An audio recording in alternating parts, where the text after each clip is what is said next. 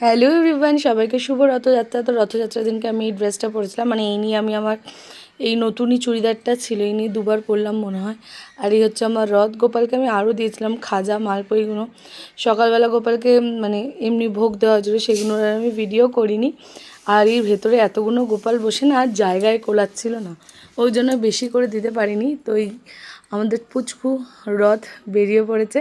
গোপালকে নিয়ে ঘোরানোর কথা ছিল এবারে বাইরে, তার জন্য গোপালকে নিয়ে আমরা বসেও পড়েছি, বেরিয়ে পড়েছি বলছি, বসে পড়েছি। আর বৃষ্টি হয়েছিল এখানে। আমার লিও হচ্ছে রথ টানবে, আগেই হেমাকে ধরে সরিয়ে দিল, তুই সরে যা, আগে আমি টানি। আর একজন এসে তো ধাক্কাই দিয়েছিল রথকে এসে। এই করে গোপালের আমার মুটুকটাও গেছিলো হারিয়ে। এখানে আমার মাই টানছে, টেনে টেনে নিয়ে যাচ্ছে, আমরা সবাই টেনেছি। তো এখানে ভিডিওটা অনেকটা বড় হয়ে যাবে বলে আমি আর ওগুলো জুড়িনি। আমরা কি বাইরে দিয়েও সবাই লোক এসে আমার গোপুর রথটা টেনে গেছিলো। তো এখানে বেশ আমরা সবাই মিলে রথটা চালাম। তারপরে গেছিলাম ছোটো মামির কাছে। এটা হচ্ছে আমাদের হাতিবাগান দিয়ে যে রথটা বেরোয়, সেই রথটা।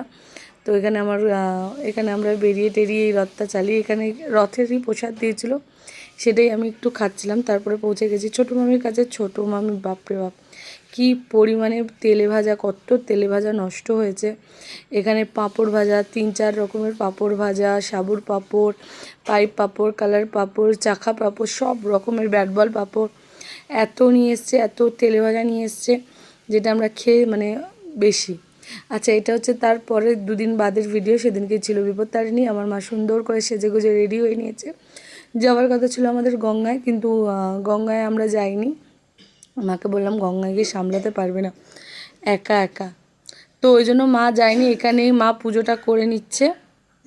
আর এখানে এই যে মা দাঁড়িয়ে পড়েছে, প্রচণ্ড পরিমাণে ভিড় হয়েছে। যেই সময় বলেছে ঠাকুরমশাই পুজো দেবে, তার থেকে 1.5 থেকে 2 ঘন্টা লেট করেছে পুজো করতে।